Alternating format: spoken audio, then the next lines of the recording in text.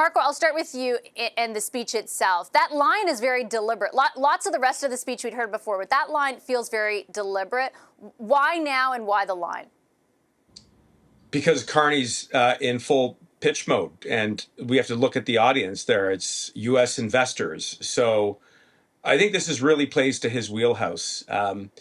He's got a number of very strong arguments to that specific audience. On substance, he pitched that Canadian energy is more cost effective and driven by U.S. demand.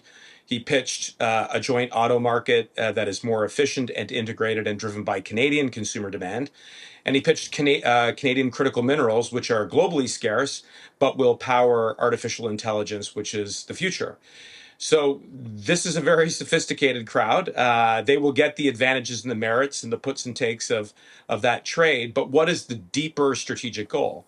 It was to enlist those U.S. investors to take up the Canadian business case to the one New York businessman who wasn't in the room, and that is the person who runs the White House, President Trump. So a lot of substantive ground covered. I think he will have wanted the room to clock the tone, as you point out, which was not a retreat from Davos, to be sure.